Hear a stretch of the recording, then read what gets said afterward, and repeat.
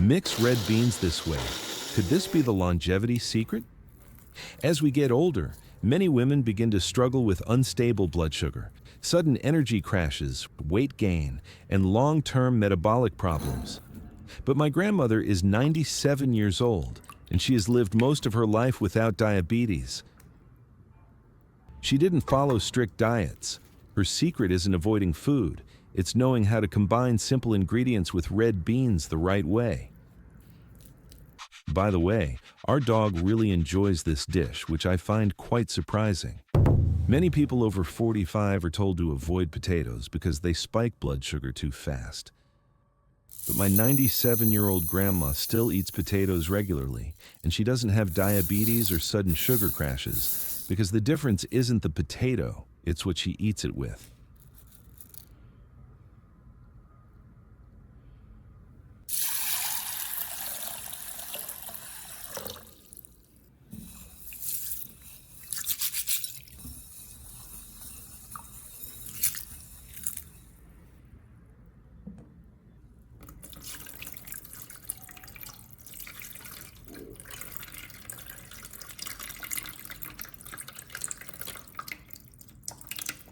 Then transfer them to another bowl with fresh water and soak overnight. After soaking, the beans will have absorbed enough water and become plump. Soaking overnight can sometimes create a slight odor, so it's important to rinse them again. Clean food always tastes better. Rinse once or twice more, then spread the beans evenly in a steamer and bring it to a boil and steam the red beans until soft. Check the red beans by pinching one. If it breaks easily, it's fully cooked. Transfer the beans into a grinder.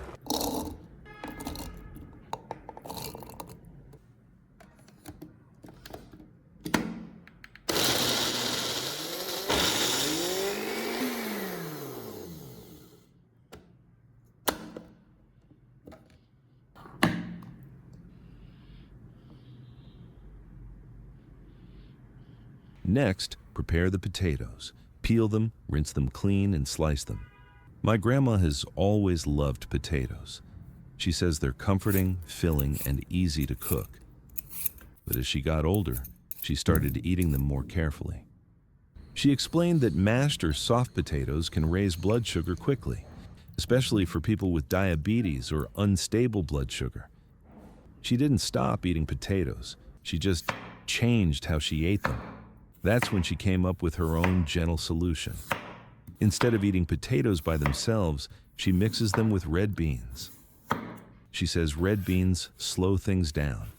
They add fiber and plant protein, so the sugar from the potatoes doesn't rush into the body all at once. She always steams both ingredients, keeps them simple, and avoids heavy fats. That's why this simple potato and red bean dish has stayed in her kitchen for so many years.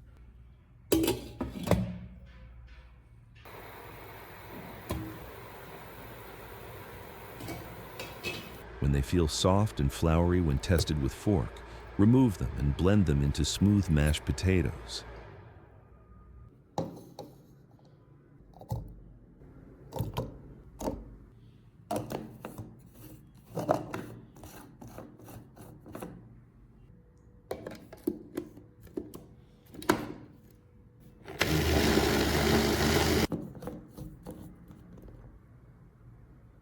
Then, transfer to a bowl. By the way, where are you watching this video from? I'd love to add subtitles in your language.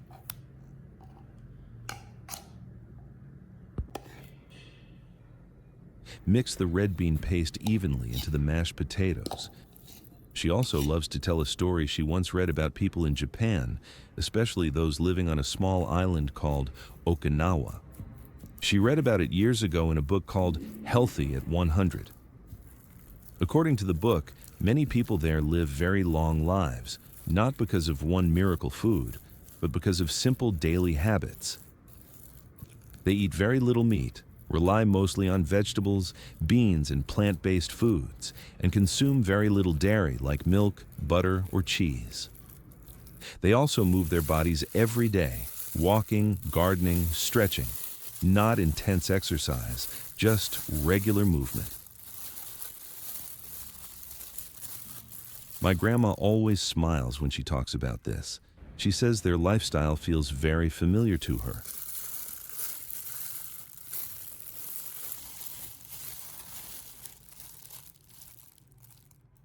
She often reminds me that longevity isn't about strict rules. It's about balance. Eat a little of everything. Lean more toward plants. Move your body gently every day, and don't overload your system.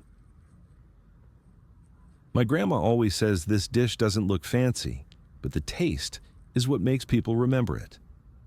When you gently break one piece open with your fingers, you can feel how soft and moist it is. The mashed potatoes give it a smooth, creamy base, while the red beans add a slightly grainy texture that makes each bite interesting. My grandma would love to send you a little message. She hopes you stay healthy, strong, and full of energy every single day. The red bean and potato dish we just made was wonderful. But my grandma has another secret recipe. As we age, quick energy fades fast, and what the body really needs is slow, steady fuel. That's why my grandma moves from potatoes to black rice in this second recipe.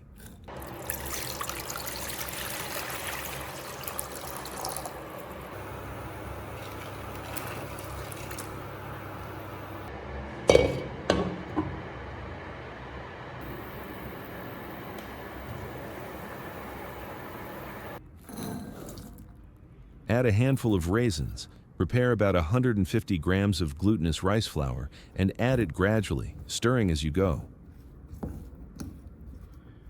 Glutinous rice flour makes the final texture soft and chewy, so regular flour should not be used as a substitute.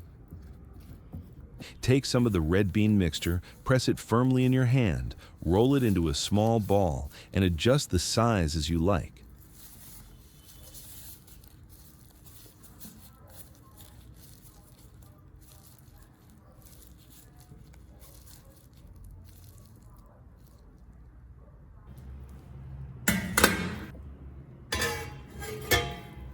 Place the ball into the black rice and gently coat the surface.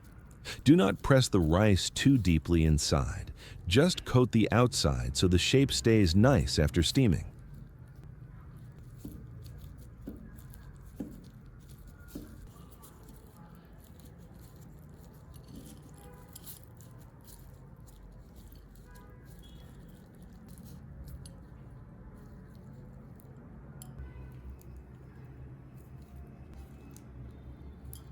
Cover with a lid and steam over high heat.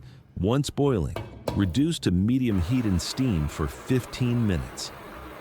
When the lid is opened, the aroma of red beans and black rice fills the air. The finished red bean balls look great. They're soft, chewy, and elastic. Paired with raisins, they taste naturally sweet. When I take the first bite, the texture surprises me in a gentle way. The outside has a light chew from the black rice and feels slightly sticky. As I bite through, the inside softens immediately.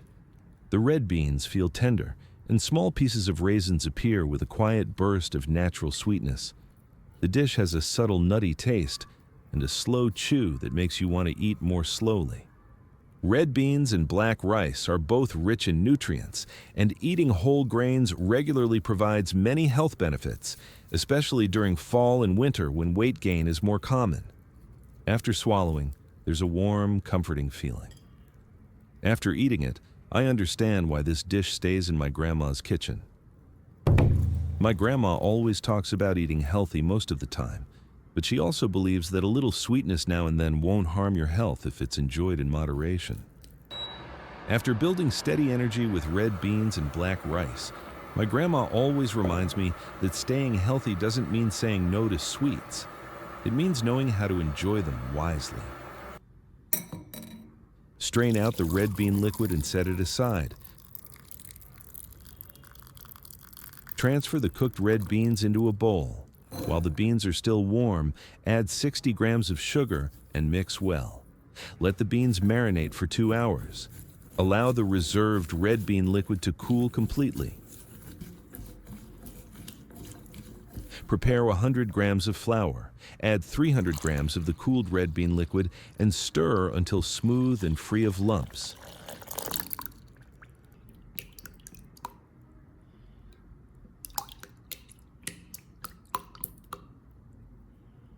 Strain the mixture to ensure a fine texture.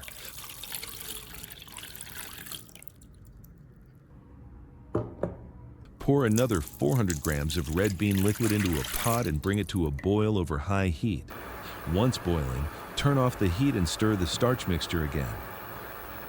Scoop about 1/3 of the starch mixture into the hot liquid, then turn on low heat and stir continuously until the mixture becomes thick and translucent. I hope you're feeling well today and that your body feels a little lighter, a little stronger. At this age, health truly becomes our greatest treasure. I wish you steady energy in the morning, peaceful sleep at night, and comfort in your joints and heart. May your children and grandchildren be safe, healthy, and close to you in spirit, even if they live far away. Thank you for being here, for taking care of yourself, and for walking this gentle journey of wellness with us. As we step into this new year, I want to pause for a moment and ask you something important. How are you really doing? Not just physically, but in your heart. You've lived through decades of change, challenges, losses, and victories, and you're still here. That alone is strength. This new year isn't about rushing forward or proving anything to anyone. It's about honoring how far you've come. It's about choosing health, peace, and purpose, one small, intentional day at a time. I wish you steady strength in your body, clarity in your mind, and calm in your spirit. May your children and grandchildren grow safely, wisely, and remember the love you've given them. May you feel valued, needed, and never invisible.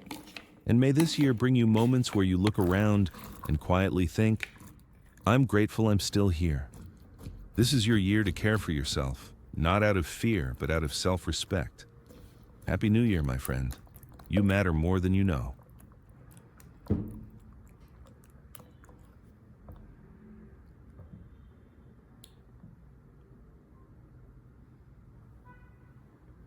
Prepare a container and lightly brush it with oil.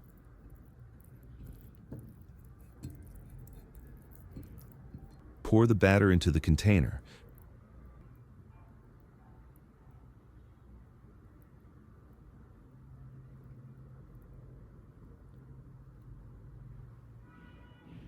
Bring water to a boil in a steamer.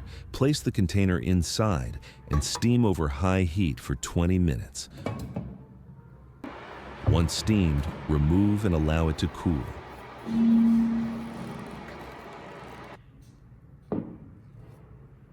After cooling, refrigerate overnight. The next day, remove the red bean cake from the refrigerator.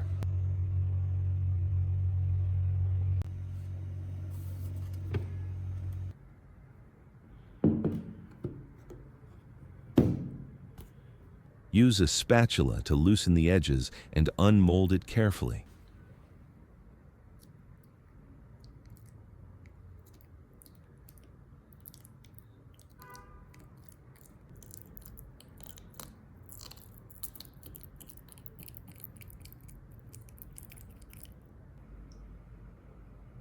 Cut evenly into small pieces.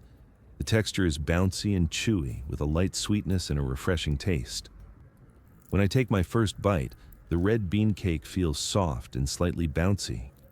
As I bite in, it's gently chewy, with tender red beans inside that give each bite a bit of texture.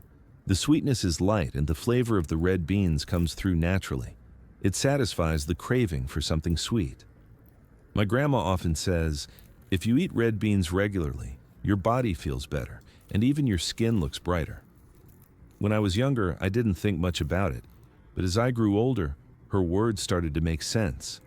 Red beans are rich in fiber and plant-based protein, helping you feel full.